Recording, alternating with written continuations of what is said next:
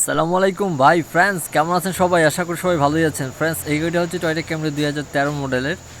তো এই গাড়িতে যেটা প্রবলেম সেটা হচ্ছে গাড়ির ইঞ্জিনের গিয়ার বক্স খারাপ। ওকে, তো এটা নিয়ে আমার একটা ফার্স্ট পার্টের ভিডিও আছে, এটা হচ্ছে সেকেন্ড পার্টের ভিডিও। তো ওই ভিডিওতে আমি যেগুলো খুলছিলাম, একটা ইঞ্জিন নামাতে গেলে প্রথম অবস্থায় কী কী খুলতে হয়, তো এটা হচ্ছে সেকেন্ড পার্টের ভিডিও। অবশ্যই ফার্স্ট পার্টের ভিডিওটা আপনারা দেখে নেবেন, তাহলে সম্পূর্ণ বিষয়টা বুঝতে পারবেন। এই ভিডিও ডিসক্রিপশনে ওই ভিডিওটার লিঙ্ক দেওয়া থাকবে। আর এই ভিডিওতে দেখাবো যেগুলো বাকি আছে ইঞ্জিনটা নামানোর জন্য, যেগুলো বাকি আছে খোলা, সেগুলো খুলে আমরা ইঞ্জিনটা ডাউন করব। ওকে, তো মূলত হচ্ছে এই গাড়ির যেটা গিয়ার বক্স সেটা হচ্ছে খারাপ, অটোমেটিক ট্রান্সমিশন। আর ইঞ্জিনের সিলও কিছু খারাপ আছে, যেটার কারণে আমরা পুরো ইঞ্জিনটা ডাউন করব, ডাউন করে গিয়ারটা খুলবো। ওকে, তো পুরো ভিডিওটি দেখতে থাকুন। আর ভিডিওটি ভালো লাগলে অবশ্যই লাইক দিবেন, কমেন্ট করে জানাবেন। যারা এখন চ্যানেলকে সাবস্ক্রাইব করেনি চ্যানেলকে সাবস্ক্রাইব করে নেবেন। আর যারা অলরেডি সাবস্ক্রাইব করে রেখেছে, সাপোর্ট করতেছে আমাকে অনেক, তাদেরকে অসংখ্য ধন্যবাদ পাশে থাকার জন্য। আর এরকম সাপোর্ট পেলে অবশ্যই ভালো কিছু আপনাদের কাছে নিয়ে আসার চেষ্টা করব। গাড়ির রিলেটিভ যেগুলো কাজ আছে, যেগুলো আমি জানি সে বিষয়ে। তো অবশ্যই আপনারা পাশে থাকবেন, সাপোর্ট করবেন, লাইক করবেন, কমেন্ট করবেন, পারলে শেয়ার করে দিবেন।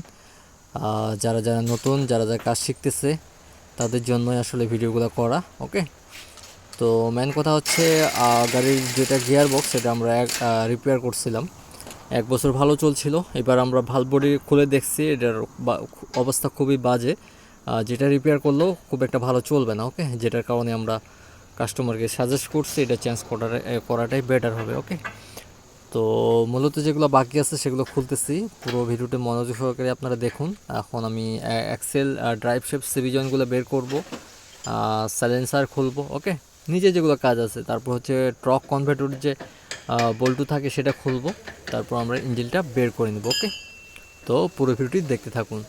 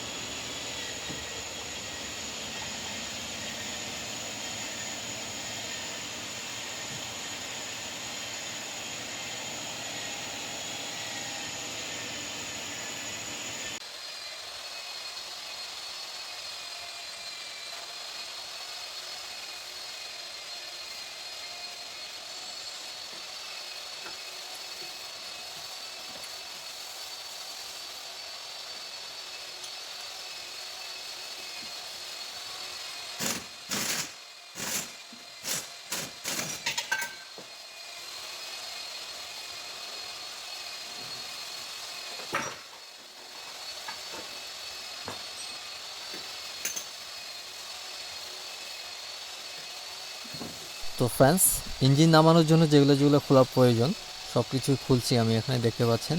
তারপর আমি এখানে জ্যাক ফিটিং করছি ইঞ্জিন নামানোর জন্য, হাইড্রোলিক লিফটার।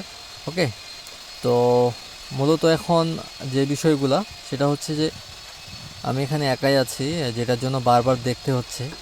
দুজন থাকলে ভালো হয়, এখানে একজন থাকবে আর একজন জ্যাক হাই করবে। তো যেটার কারণে একটু করে আমি উঠাচ্ছি আর সাইডে দেখতেছি কোথাও লাগতেছে কিনা। এই বিষয়টা অবশ্যই খেয়াল রাখতে হবে, কোথাও যদি লেগে যায় সেক্ষেত্রে যতই আপনি জ্যাক উঠান না কেন সেক্ষেত্রে ক্ষতি হয়ে যাবে, যেখানে লাগবে কোনো কিছু ভেঙে যেতে পারে। তো যেটার জন্য এখানে আমার একটু সমস্যা হচ্ছে, আপনারা যখন করবেন আপনাদের ইজি হয়ে যাবে। ওকে, তো ব্যাপার না, ইনশাআল্লাহ ইঞ্জিনটা আমি বের করবো এখন। তো পুরো ভিডিও দেখতে থাকুন।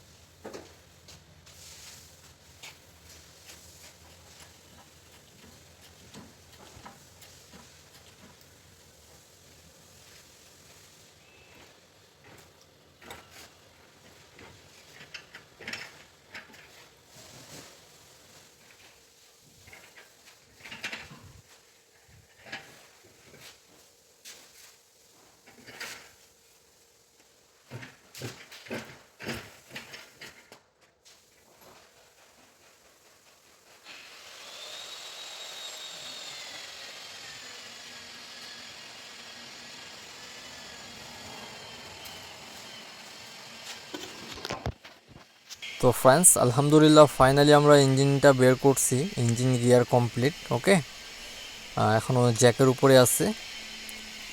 তো দেখতে পাচ্ছেন ইঞ্জিন নামানোর জন্য যেগুলো যেগুলো খোলার প্রয়োজন, দেখতে পাচ্ছেন নিচে ভালভ বডি চেম্বার খুলছিলাম, যেটা আপনাদেরকে বলছি আগেও, এখনও ওই অবস্থায় আছে খোলা। এখান থেকে আমরা ইঞ্জিনটা বের করছি, দেখতে পাচ্ছেন এখানে যেগুলো যেগুলো আমরা খুলছি। Engine mounting, engine controller. Okay, AC compressor সব কিছু আছে। তো এখানে আমি এখন ইঞ্জিনটা ডাউন করে নিচ্ছি। ডাউন করার পর ইঞ্জিনের যে গিয়ারটা আছে সেটা বের করব। ওকে, তো ইঞ্জিন গিয়ারটা বের করার জন্য একটু সময় প্রয়োজন, যেটা এই ভিডিওতে আমি পুরোটা কমপ্লিট করতে পারবো না, ভিডিওটা অনেক লম্বা হয়ে যাবে। তো নেক্সট টাইমে যখন আমি গিয়ারটা বের করবো এটা একটা ভিডিও করবো ইনশাআল্লাহ। তো আশা করি আপনারা বুঝতে পেরেছেন। ভিডিও ভালো লাগলে অবশ্যই লাইক দিবেন। দেখা হবে নেক্সট ভিডিওতে। আল্লাহ হাফেজ।